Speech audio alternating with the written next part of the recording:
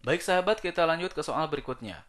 Di era milenium ketiga ini, menjadikan perubahan terjadi begitu cepat. Perubahan tersebut merambat dalam kehidupan sehari-hari.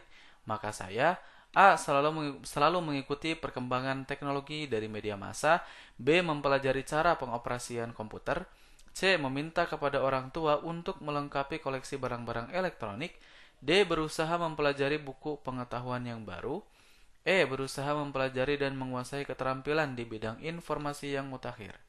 Baik. Oke. Topik indikator pada soal ini adalah tentang kemampuan beradaptasi. Kemampuan beradaptasi. Nah, poin-poin apa saja yang memenuhi dari atau memenuhi kriteria kemampuan adaptasi ini? Ya, di antaranya adalah kita harus atau bisa diukur dari tingkat kedewasaan seseorang ya. Gitu. Semakin dewasa biasanya tingkat adaptasinya semakin tinggi. Kemudian bisa diukur dari kemampuan seseorang dalam menyesuaikan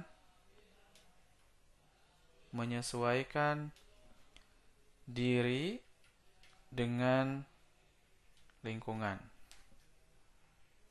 Lingkungan sekitar ya maksudnya. Oke. Nah, dan eh, menerima atau terbiasa dengan perubahan baru.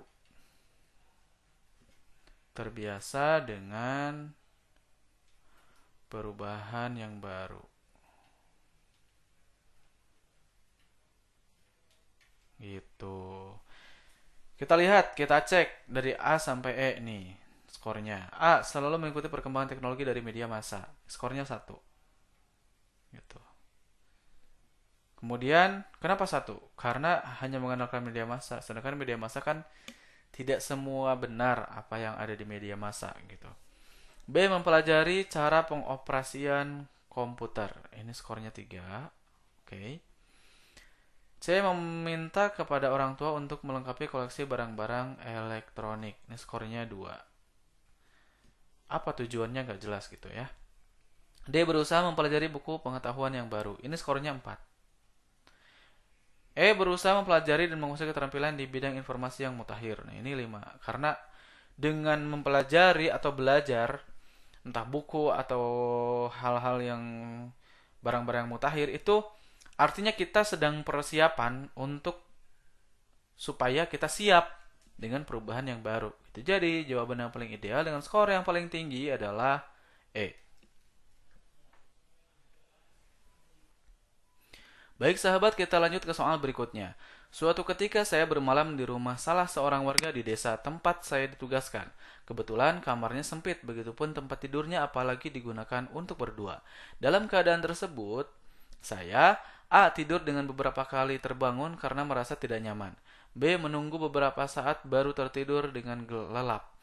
C. Terjaga sampai pagi karena tidak nyaman.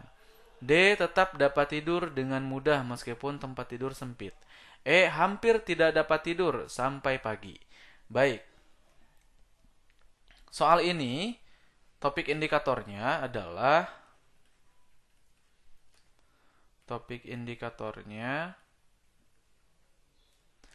mengukur aspek dari penghargaan orang lain.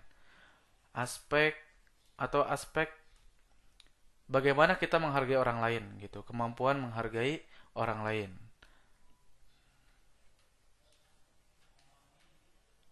Penghargaan terhadap orang lain. Oke. Nah, apa saja poin-poin dari topik indikator ini? Oke. Topik-topiknya adalah di dalam aspek penghargaan terhadap orang lain ini yang diukurnya adalah tingkat kedewasaan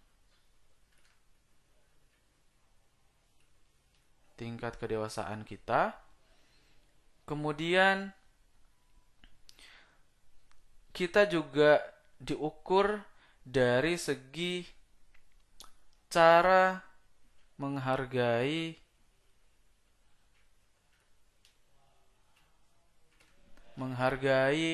pendapat atau kondisi.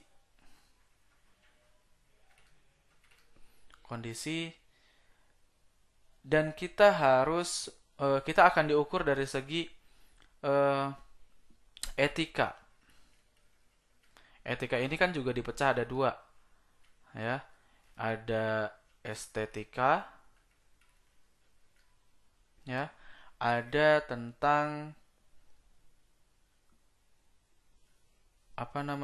entitas atau eksistensi, bukan entitas, eksistensi. Nah, gitu. Jadi bagaimana Anda menghargai orang lain dalam kondisi yang seperti itu? Ini harus fokus sama kasusnya ya. Oke, A. Tidur dengan beberapa kali terbangun karena merasa tidak nyaman. Skornya 3. Wajar kali ya. B. Menunggu beberapa saat baru tertidur dengan lelap. Ini skornya 4. C. Terjaga sampai pagi karena tidak nyaman. Oke. Ini kelihatannya memang kurang menghargai gitu. D. Tetap dapat tidur dengan mudah meskipun tempat tidurnya sempit. Oke, ini menerima keadaan ya, kondisi. Skornya 5. E. Hampir tidak dapat tidur sampai pagi. Skornya 2. Baik, jawaban yang paling ideal dengan skor yang paling tinggi pada soal ini adalah D. Baik sahabat, kita lanjut ke soal berikutnya. Tentang pergantian kepemimpinan yang terjadi dalam organisasi, pendapat saya adalah A. Organisasi harus menjadi learning organization. B. Setiap individu dalam sebuah organisasi harus terbiasa dan dapat menyesuaikan diri dengan pergantian kepemimpinan. C. Menjaga stabilitas organisasi dengan sedapat mungkin menghindari pergantian kepemimpinan. D. Pegawai tidak boleh terlalu aktif menciptakan ide. E. Pergantian kepemimpinan adalah suatu yang lumrah. Baik. Ini topik indikatornya adalah mengukur bagaimana Anda beradaptasi, ya.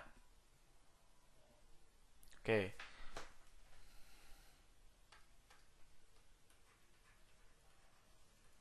Jadi topik indikatornya adalah tentang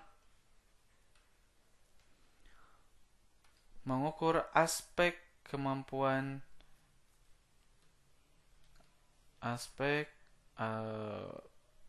adaptasi. Aspek kemampuan adaptasi ini ada beberapa poin yang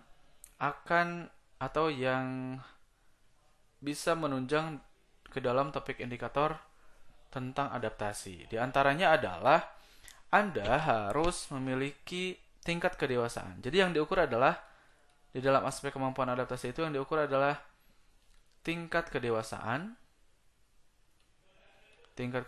Anda, kemudian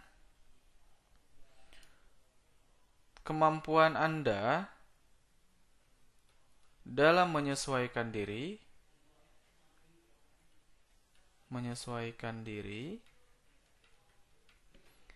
dan tingkat kedisiplinan. Sejauh mana Anda disiplin di dalam lingkungan yang baru.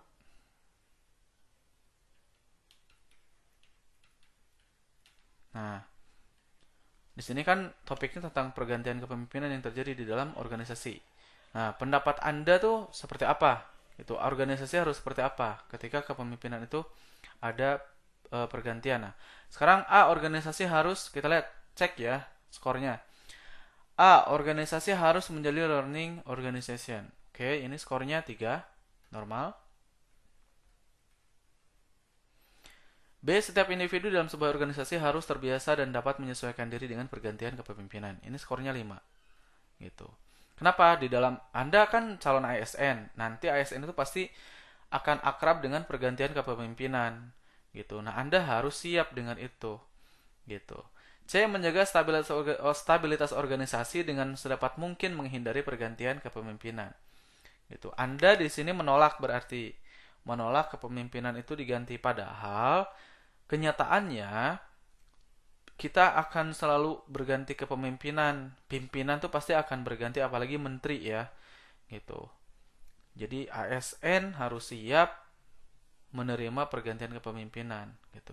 D. Pegawai tidak boleh terlalu aktif menciptakan ide. Ini mungkin lebih ke jauh dari konteks mungkin ya. Ini skornya 2 gitu. Nah, pergantian kepemimpinan adalah suatu yang lumrah. Baik, skornya 4 karena menganggap itu sebuah hal yang biasa gitu. Jadi jawaban yang paling tepat dengan skor atau jawaban yang paling ideal dengan skor yang paling tinggi adalah B. Baik sahabat, kita lanjut ke soal berikutnya. Teman saya meminjam laptop kepada saya karena komputer di meja kerjanya terkena virus. Padahal laptop yang saya bawa adalah pinjaman dari teman. Sikap saya: A. Mengatakan bahwa laptop tersebut adalah pinjaman. B. Meminjam laptop dengan meminta bayaran. C. Mengatakan bahwa saya tidak berani meminjamkan karena bukan milik saya. D. Meminjamkan laptop tanpa sepengetahuan pemiliknya. E. Menolak untuk meminjamkan laptop tersebut. Baik. Topik indikator pada soal ini adalah tentang mengukur bagaimana atau sejauh mana integritas kita. Oke. Jadi aspek integritas. Oke. Oke. Aspek integritas itu apa saja yang menjadi titik poinnya? Yang pertama adalah kita dituntut atau ukurannya adalah ukurannya adalah tentang tingkat kebaikan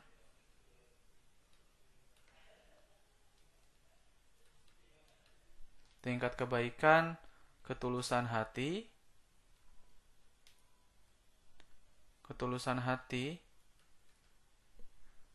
dan keteguhan diri untuk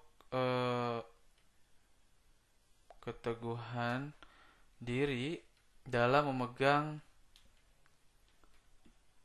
nilai-nilai kejujuran. Nilai-nilai kejujuran. Nah, dan semua ini dalam aspek integritas yang ini itu dilihat dari keseharian. Nah, itu kan di soalnya kasusnya tentang hal-hal keseharian kan, kayak meminjamkan laptop dan lain-lain. Itu. Kita lihat skornya A sampai E.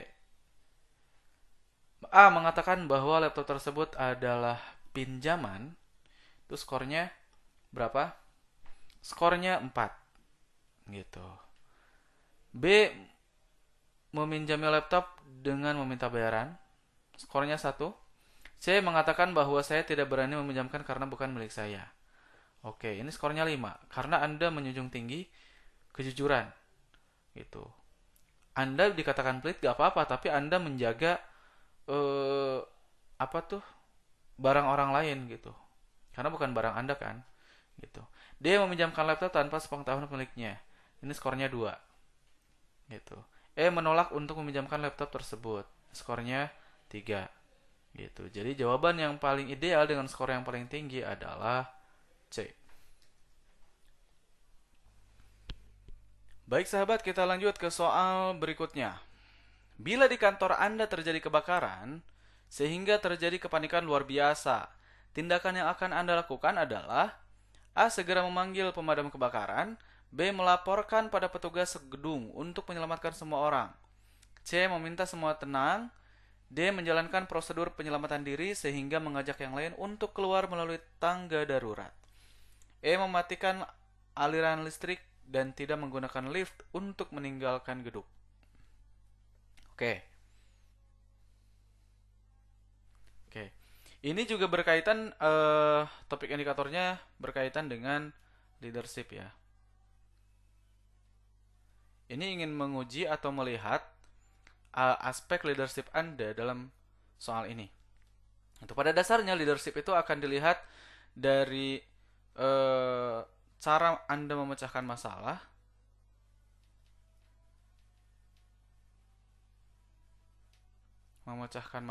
dari soal ini. Kemudian ini akan terlihat kemudian dari cara Anda bersikap atau mengambil keputusan. Karena pada dasarnya seorang pemimpin itu dia yang akan menjadi final decision. Maksudnya adalah penentu kebijakan, penentu keputusan gitu. Dan di sini akan terlihat bagaimana Anda memutuskan sebuah keputusan untuk mencari solusi. Apakah Anda tipikal yang pantas menjadi seorang pemimpin atau memiliki jiwa leadership yang tinggi atau tidak? Gitu. Kita cek ya skornya. Yang A, segera memanggil pemadam kebakaran. Oke, ini skornya 2. Yang B, melaporkan pada petugas gedung untuk menyelamatkan semua orang. Oke, ini skornya 3. C, meminta semua tenang. Oke, ini skornya 1. D, menjalankan prosedur penyelamatan diri sehingga mengajak yang lain untuk keluar melalui tangga darurat. Oke, ini skornya 5. Dan yang E, mematikan aliran listrik, ini skornya 4. Oke. Kenapa yang C itu skornya 1? Karena kondisinya di sini sedang panik luar biasa. Dalam keadaan panik semua orang tidak bisa dibawa tenang karena orang udah panik. Dan Anda di situ pola leadershipnya udah bukan lagi yang demokratis, tapi di sini Anda harus membawa keputusan untuk semua orang gitu. Gitu bukan tenang ya, tenang enggak. Anda harus benar-benar mendobrak gitu. Mendobrak aksi supaya semuanya selamat gitu. Maka yang paling tinggi itu skornya yang D, menjalankan prosedur penyelamatan diri sehingga mengajak yang lain untuk keluar melalui tangga darurat. Oke.